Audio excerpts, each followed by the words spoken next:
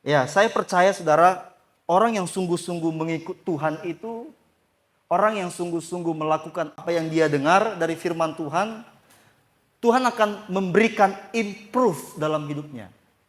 Tuhan akan menambahkan sesuatu dalam hidupnya. Kalau dia bersungguh-sungguh. Tidak hanya itu, tidak hanya dalam proses mengikut Tuhan yang sungguh-sungguh mendapatkan sesuatu. Dalam berbagai aspek, orang yang sungguh-sungguh akan mendapatkan sesuatu. Entah saudara bekerja sungguh-sungguh, sekolah sungguh-sungguh, belajar sungguh-sungguh, pasti ada hasilnya. Tuhan itu nggak seperti kebanyakan teman-temanmu yang nggak suka melihat kita nggak ada peningkatan. Itu cuma teman-teman saudara yang nggak suka melihat saudara meningkat, nggak suka melihat HP saudara ganti, nggak suka melihat kereta saudara ganti, nggak suka melihat tambah aksesori saudara, tambah bendo saudara, nggak suka dia. Teman saudara, tapi Tuhan enggak. Sehingga orang yang sungguh-sungguh Tuhan akan berikan improve. Tuhan tambahkan sesuatu dalam hidup mereka. Nah, hari ini judul firman Tuhan saudara adalah lebih dari sekarang. Sama-sama dulu bilang sama saya, lebih dari sekarang. 2, 3 ya. Ya, lebih dari sekarang. Kita buka kitab kita dalam Keluaran 3 ayat 1 sampai ayatnya yang ke-12. Tapi kita hanya membaca ayat yang ke-11 dan ayatnya yang ke-12. Saudara, saya sudah buat depan, tapi kalau pengen lihat Alkitab sendiri bisa baca Alkitabnya. Ini ayat yang ke-11, karena hanya 2 ayat kita baca sama-sama. 2, 3 ya. Saya baca ayat 11. Tetapi Musa berkata kepada Allah, siapakah aku ini? Sehingga aku yang akan menghadap Firaun dan membawa orang Israel keluar dari Mesir. Firman Tuhan yang baru kita baca itu kisah di mana Tuhan panggil Musa. Tuhan panggil dan utus Musa untuk membawa orang Israel keluar dari Mesir. Itu ayat 3. Kenapa Tuhan memanggil Musa? Karena orang Israel sedang mengalami penderitaan. Sehingga Tuhan panggil Musa. Nah, ini unik saudara, cerita ini sangat menarik. Musa itu orang yang dulu melarikan diri dari Mesir. Dia lari dari Mesir. Selama 40 tahun dia meninggalkan Mesir. Lalu 40 tahun kemudian Tuhan panggil Musa. Musa, kembali ke Mesir. Padahal sebelumnya dia lari dari Mesir. Selama 40 tahun. 40 tahun dia tinggalkan Mesir. Jadi dalam kisah ini, Musa itu sedang berada di Midian. Bukan di tanah Mesir. Sedang berada di Midian. Dulu waktu Musa itu tinggal di Mesir, saudara. Dia itu tinggal di istana. Ya. Saat saudaranya bangsa Israel yang lain tinggal di Goshen, di mana di situ satu tempat, satu daerah khusus untuk orang Israel. Tapi Musa, dia satu-satunya orang yang tinggal di istana. Ada yang tahu mengapa Musa tinggal di istana? Ada yang bisa jawab? Mengapa Musa tinggal di istana? Kalau Yusuf, kenapa dia tinggal di istana? Karena dia Perdana Menteri. Ada yang bisa jawab kenapa Musa dulu dia tinggal di istana? Musa tinggal di istana karena waktu kecil mamanya dibuangnya lah dia ke sungai. Sungai Nil. Sampai agak jauh perjalanan, jumpalah bayi Musa ini sama putri Firaun. Firaun itu raja. Dia yang punya istana. Siapa tadi yang dapat Musa? Putri Firaun. Berarti dia tinggal di mana?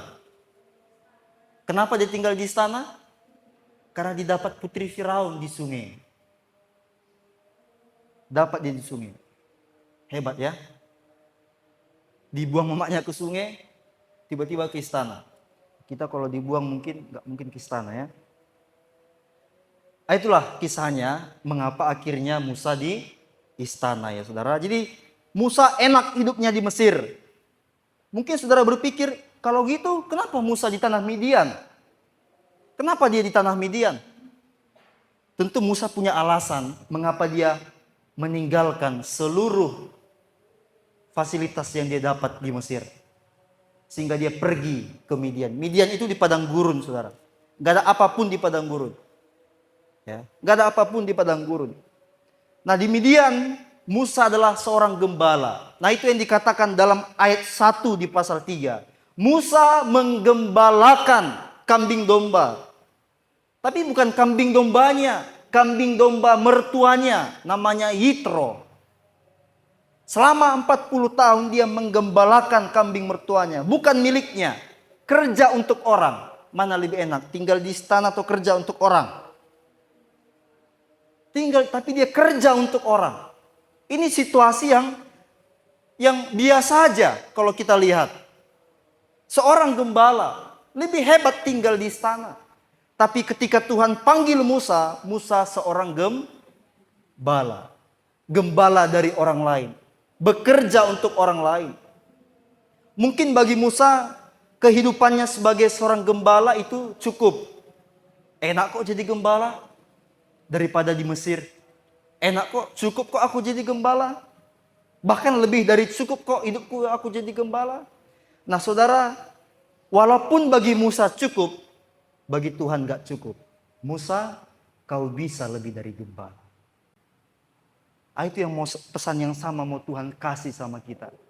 Saudara bisa jadi apapun yang saudara inginkan. Ya, amin saudara. Bisa jadi apapun. Mungkin saudara katakan, aku gini cukup. Kayak gini aja aku cukup kok. Apa-apa terpenuhi kok. Gak perlu jadi orang di luar sana. Gak perlu kayak orang itu. Mungkin bagi saudara gak perlu. Tapi bagi Tuhan perlu. Bagi Tuhan perlu mengangkat hidup saudara. Bagi Tuhan perlu. Untuk itulah Tuhan mendatangi Musa dan menyuruhnya, Musa pergilah ke Mesir.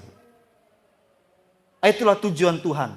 Agar hidupnya lebih dari gembala. Lebih dari sekarang. Coba saudara perhatikan. Kita perhatikan ayat yang kedua. Pasal yang kedua, ayatnya yang ke-12. Saya baca saudara. Ya, pasal yang kedua ayat yang ke-14 dulu. Musa menjadi takut sebab pikirnya kejadian itu tentu telah ketahuan. Ayat 15. Ketika Firaun mendengar tentang kejadian itu, ia berupaya untuk membunuh Musa. Tetapi Musa melarikan diri dari Firaun dan tiba di tanah Midian. Lalu ia duduk di tepi sebuah sumur. Jadi pasal 2 ayat 14 menceritakan kenapa si Musa keluar dari Mesir. Kenapa Musa meninggalkan seluruh fasilitas di Mesir dan tinggal di tanah Kanaan.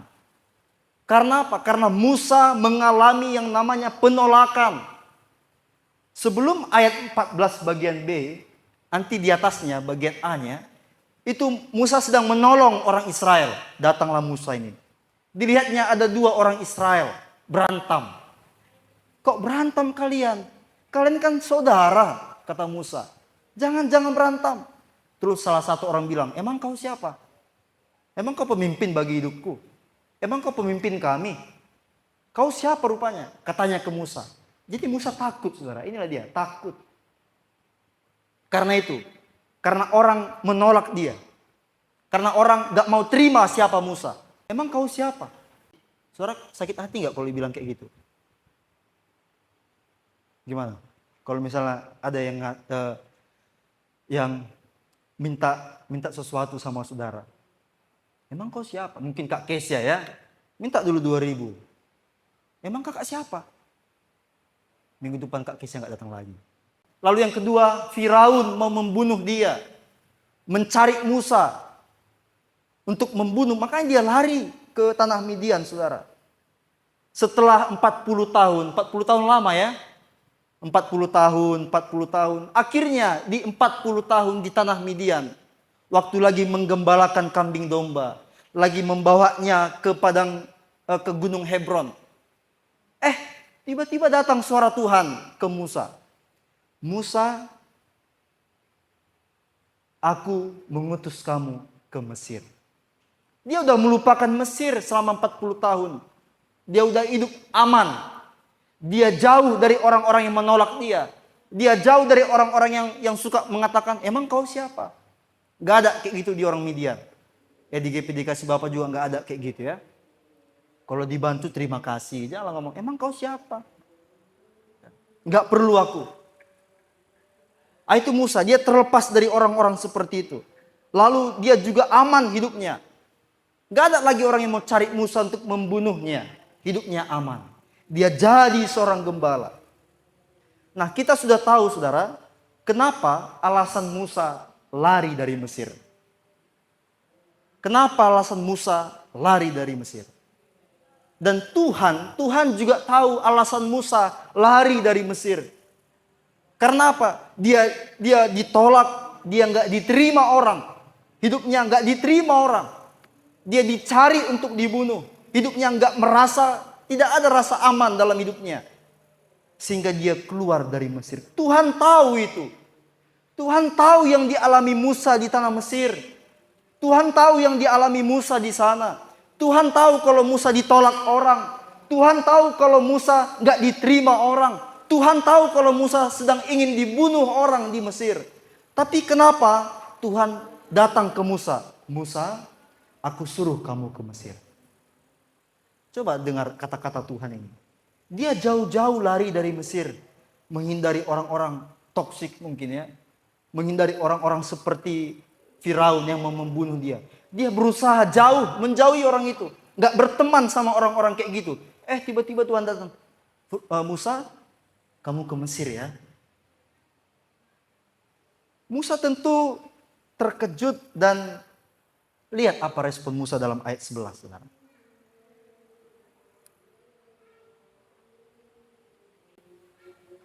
Ini tadi respon Musa di ayat 11. Ketika Tuhan panggil ini Musa bilang. Musa berkata kepada Allah, siapakah aku ini? Sehingga aku yang akan menghadap Firaun tadi orang yang mau membunuh Musa. Yang kedua, siapakah aku ini? Sehingga aku yang membawa orang Israel keluar dari Mesir. Orang Israel itu yang tadi bilang, siapa kau? Kau mau jadi pemimpin bagi kami ya? Tuhan suruh Musa kembali ke Mesir. Peningkatan dalam hidup kita akan terjadi kalau kita tidak hidup dalam zona nyaman. Ya, kita hadapi ketidaknyamanan. Maka hidup kita akan lebih dari hari ini. Lebih dari sekarang. Lihat Musa. Dia lari dari Mesir karena gak nyaman, gak aman hidupnya. Tapi ketika Tuhan 40 tahun berikutnya Tuhan datang. Musa balik ke Mesir. Berarti Tuhan mau apa? Musa, jangan lari tinggalkan Mesir. Jangan hindari ketidaknyamanan. Jangan hindari rasa yang tidak aman. Kembali ke Mesir. Hadapi itu. Dia orang yang takut, saudara. Dia orang yang takut. Tuhan mau Musa mengalami peningkatan. Tuhan mau Musa mengalami bertambah-tambah hidupnya. Tuhan mau Musa melakukan perkara yang besar dalam hidupnya. Itu yang Tuhan mau. Yang akan dihadapi Musa. Hal itu gak akan terjadi kalau Musa hidup aman, nyaman. Hal itu gak akan terjadi kalau Musa menghindari konflik dalam hidupnya. Gak akan pernah terjadi, saudara. Ya, gak akan pernah terjadi. Gak akan ada orang yang menikah kalau mereka hanya gara-gara hal kecil berantem. Gak cakapan. Gak akan ada orang yang menikah. Boleh seperti itu, tapi akhirnya berbaikan. Karena apa? Menerima satu dengan yang lain. Kalau saling mengadu nasib dalam hubungan. Aku udah buat ini, kau buat apa? Aku juga udah buat ini, kau buat apa? Nah, kalau saling seperti itu, nggak akan ada orang yang nikah. Karena ada rasa penerimaan, mau menerima kekurangannya. Yang laki-laki mau menerima kekurangan perempuan mau menerima kekurangan laki-laki. Makanya ada orang menikah. Makanya ada apa? Pacaran lalu menikah. Kan tujuan pacaran apa, saudara? Menikah. Kan meningkat dari pacaran menikah. Kan meningkat. Itu nggak akan terjadi kalau tidak mau menghadapi yang namanya ketidaknyamanan. Nggak akan pernah terjadi. Ya, Tuhan katakan ke Musa, balik ke Mesir. Lawan rasa takutmu. Hadapi rasa ketidaknyamanan. Hadapi apapun yang kau alami. Jangan lari. Hadapi. Mungkin Musa lagi enak-enak, dia nunggu domba-dombanya makan. Nyaman hidup Musa jadi gembala. Tenang hidup Musa jadi gembala. Disuruh Tuhan pergi ke Mesir. Tuhan suruh agar Musa lebih dari sekarang. Agar Musa lebih dari seorang gembala. Itu tujuan Tuhan menyuruh Musa balik ke Mesir. Hadapi ketidaknyamananmu. Lawan rasa takutmu.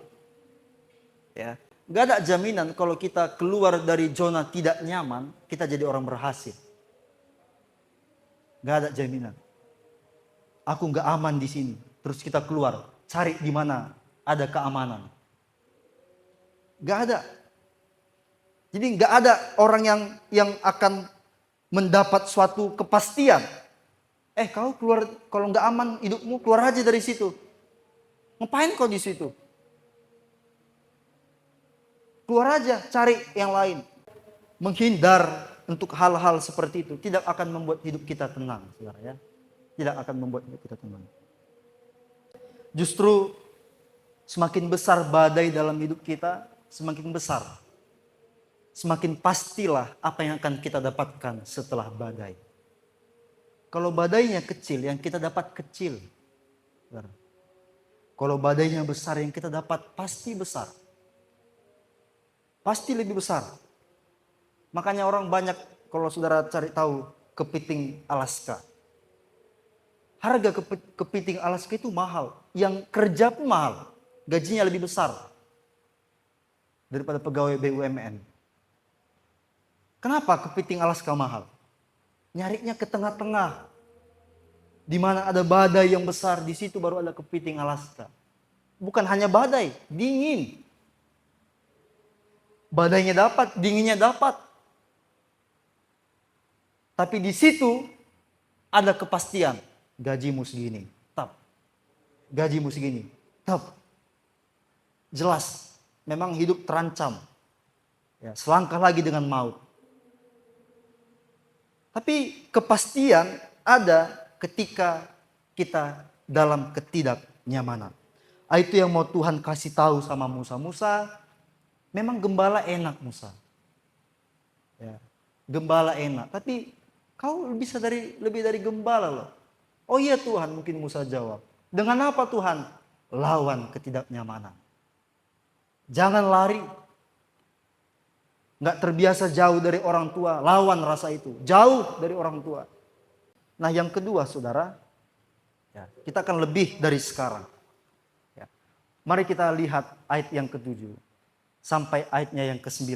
Ini ayat ke-7 laki-laki, ayat yang ke-8 perempuan, ayat yang ke-9 kita sama-sama. Tuhan memanggil Musa, Tuhan mengutus Musa ke tanah Mesir untuk masuk atau terlibat atau terbeban akan permasalahan hidup orang lain. Itu tujuan kedua. Agar Musa terlibat, agar Musa terbeban akan permasalahan, masalah yang dialami orang lain, penderitaan orang lain. Apa yang dikatakan Tuhan di ayat 7, saudara? Lihat. Tuhan berfirman, sungguh aku telah memperhatikan kesengsaraan umatku. Umat kini orang Israel yang di Mesir yang lagi menderita. Aku telah memperhatikannya Musa, kata Tuhan. Aku telah mendengar teriakan mereka yang disebabkan oleh pengawas kerja paksa mereka. Sesungguhnya aku mengetahui penderitaan mereka. Aku dengar mereka menjerit Musa. Aku dengar penderitaan mereka. Aku tahu apa yang mereka alami. Oleh karena itu sekarang kau pergi ke Mesir. Kenapa Tuhan suruh Musa ke Mesir? Agar Musa ikut masuk ke dalam penderitaan orang lain. Ikut masuk, terlibat dalam permasalahan orang lain. Itulah yang akan membuat Musa hidupnya lebih dari sekarang. Lebih dari seorang gembala. Musa lagi enak-enak menggembalakan kambing domba yang itu aktivitasnya 40 tahun. Udah biasa dia. menggembalakan kambing domba. Pagi-pagi bangun, sore-sore pulang. Pagi-pagi bangun, sore-sore pulang. Itu kerjaan aktivitasnya yang mudah dia lakukan. Dia hanya perlu menjaga hewan buas. Ada hewan buas, dia tangkap, dia matikan. Dia hanya perlu melihat domba-dombanya. Ada yang mau tersesat, dia datang, Musa datang. Kau tersesat, balik. Mungkin itu kerjaan Musa selama 40 tahun. Tapi tiba-tiba Tuhan bilang, Musa pergi ke Mesir. Kita mungkin saudara seringkali hidup ini gak mau peduli sama orang. Memilih untuk tidak peduli. Gak mau tahu tentang hidup orang lain. Yang Tuhan izinkan berada di dekat kita. Entah itu keluarga kita, orang tua kita, saudara kita, sahabat kita, teman-teman dekat kita. Kita gak mau peduli. Apapun yang mereka hadapi, urusanmu, urusanku. Urusanmu, urusanku. Kau amankan hidupmu, ku amankan hidupku. Kau jaga hidupmu, ku jaga hidupku. Kau senggol aku, ku basmi kau. Itu mungkin gak ada di sini gitu ya. Sekali aja kau senggol aku, ku tengoklah. Sampai maut pun memanggil aku, gak ku maafkan kau. Ya, itu kata Tuhan ke Musa. Musa jangan gitu. Kau pergi ke Mesir. Lihat, ada orang sengsara di situ. Ada orang yang lagi menderita di sana. Datang kau ke Mesir dan urus hal itu. Bantu orang yang menderita. Bantu, tolong mereka. Bukankah orang itu kau sebut saudara? Dalam pasal 2, ayat 2 atau 3, Musa menyebut orang Israel itu saudara, kata Musa. Bukankah orang Israel itu kau sebut saudara Musa? Sekarang pergi, tolong saudaramu. Jangan hidupmu sini enak-enak, saudaramu di sana di Mesir enggak enak. Balik kau ke Mesir. Kita sering sekali seperti itu, saudara. Enggak mau tahu apa penderitaan orang, tidak mau dengar apa masalah orang, enggak mau terbeban akan pergumulan orang lain. Tapi Tuhan mengajar kita, saudara, untuk mari terlibat dalam penderitaan orang. Terbeban akan penderitaan orang. Miliki hati yang mau ikut membantu orang lain. Mungkin saudara bilang, aduh Bang Mos, hidupku pun banyak pergumulan. Kok ngurusi pergumulan orang lain lagi? Orang tuaku belum selesai, kok malah ku tambah-tambahi lagi Bang sama urusan orang lain. Keluargaku belum selesai, kok jadi ngurus gereja lagi? Kok jadi ngurus pelayanan lagi? Satu aja lah cukup Bang Mos. Gak perlu nambah-nambahi pikiran dengan memikirkan orang lain. Memikirkan pelayanan Tuhan. Gak perlulah. Tapi saudara tahu, Tuhan senang dengan orang yang mau mengasihi orang lain dan memperhatikan orang lain. Ya. Ada satu contoh, saya yakin saudara tidak familiar dengan kisah ini. Oleh karena itu, lihat Alkitabmu dalam Matius 8. Mungkin saudara baru pernah dengar cerita ini. Matius 8 ayatnya yang kelima. Saya sudah buat di depan, saudara. Ya, mohon dengan suara kuat baca firman Tuhan. Kalau enggak kita enggak pulang-pulang. 2, 3, ya.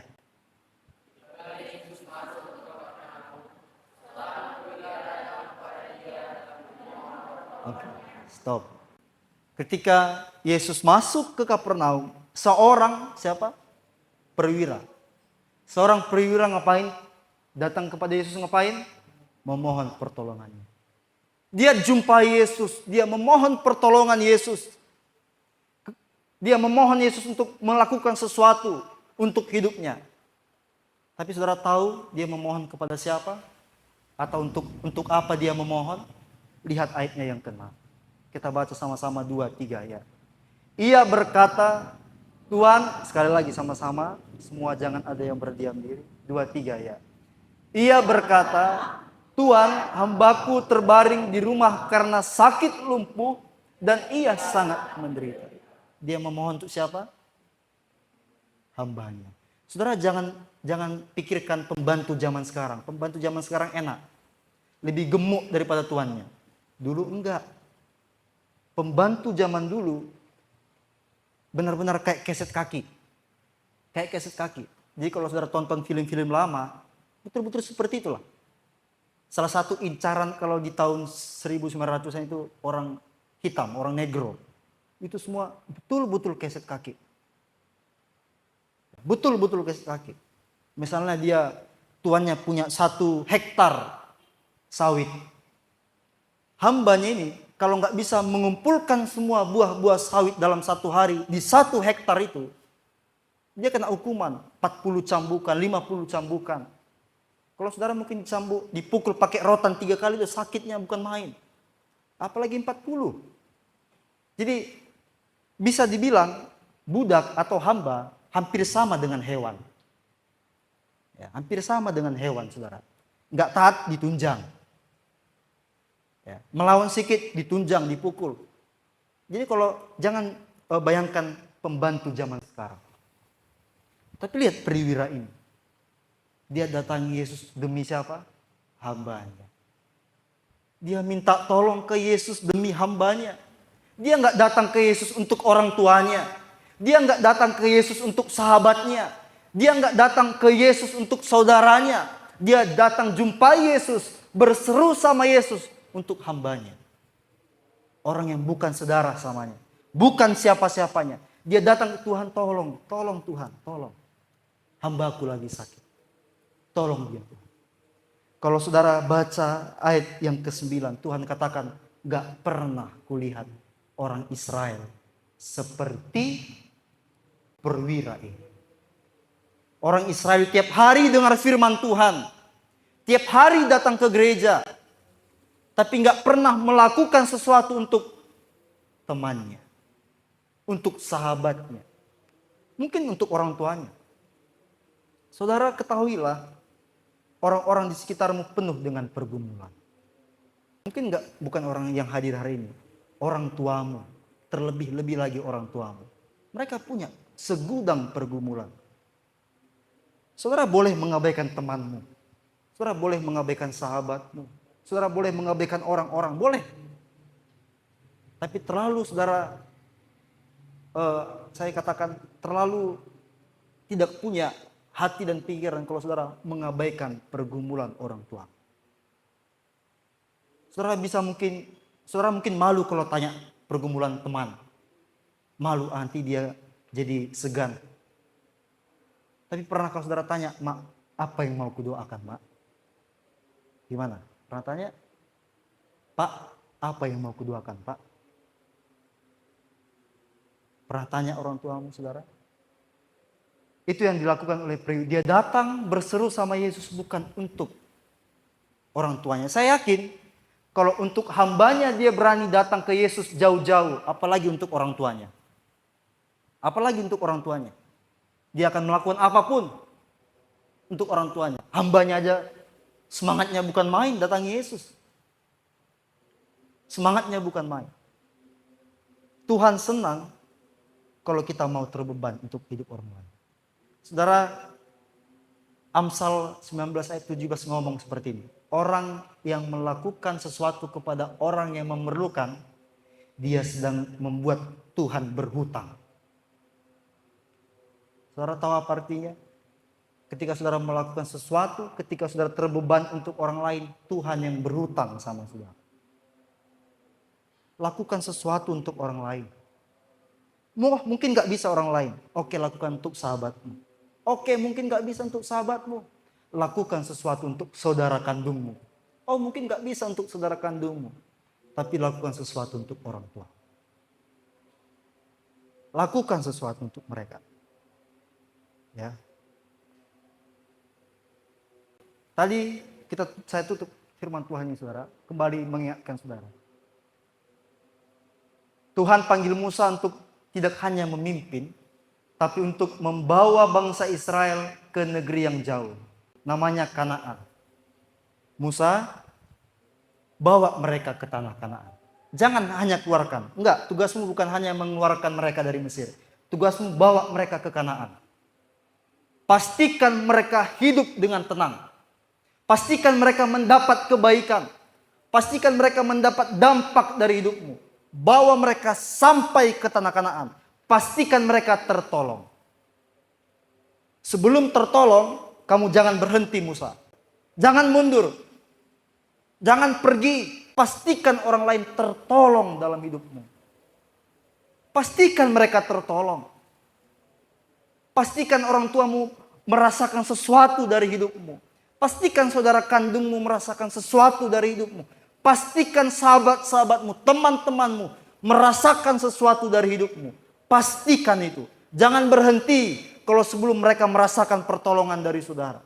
Jangan pernah berhenti berusaha. Jangan pernah berhenti mendoakan. Jangan pernah berhenti untuk terbeban. Itu yang mau Tuhan inginkan bagi kita. Jangan pernah berhenti sebelum orang lain pasti tertolong. Ketika saudara menolong orang lain, Amsal tadi katakan, Tuhan yang berhutang sama saudara. Jadi ketika saudara ada waktu kita yang terbatas ini, di atas berapa utangku samamu Meta? Berapa utangku samamu Joel? Ini utang.